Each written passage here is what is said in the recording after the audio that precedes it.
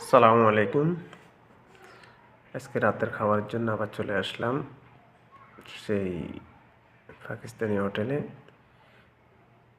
আজকে আবার অর্ডার দিলাম আপনার ভেন্ডি ভাজি আর ডাল ছানা।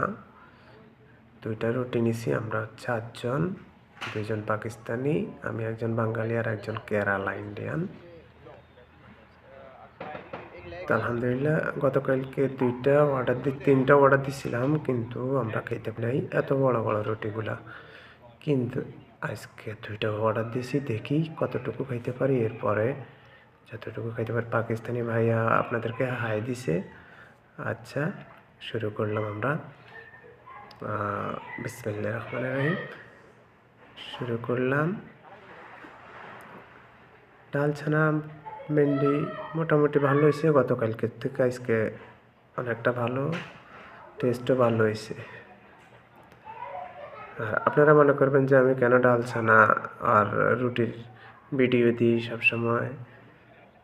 আসলে আজকে 1 সপ্তাহে আপনার বাঙালি খানা খাওয়া হয় নাই। এদের সাথে থাকতে থাকতে আপনার রান্না তো নিজেরা করতে পারি না, প্লাস কোম্পানিতে কাজ করার পরে আসি, রান্না করার আর মুভমেন্ট হয় না। সেক্ষেত্রে তাদের সাথে একটু শেয়ার করি খানা 4 জনে মিলে। যখন যেটা মনে হয় ভালো হইব সেটাই খাই। কিন্তু পাকিস্তানি হোটেলের রুটি, ভেন্ডি ভাজি আর চানা আজকের জন্য অনেকটা ভালো হয়েছে।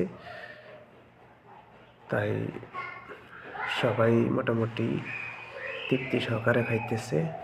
আমি আলহামদুলিল্লাহ তাদের সাথে থাকতে থাকতে আমার অভ্যাস হয়ে গেছে, আমিও খাই। আমার এখন আর কোনো সমস্যা হয় না।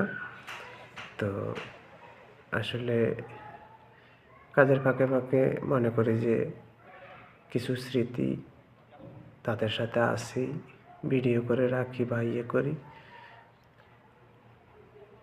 তা আবার আপনাদের সাথে শেয়ার করি খানার ফাঁকে ফাঁকে।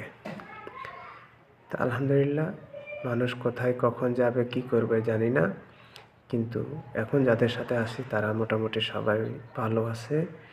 তাদের সাথে কাজকর্ম করে এখন পর্যন্ত ভালোই আছি, ভালোটাই পাইছি।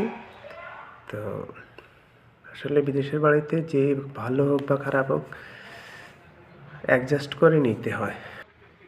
তো আপনারা সবাই দোয়া করবেন। ওকে।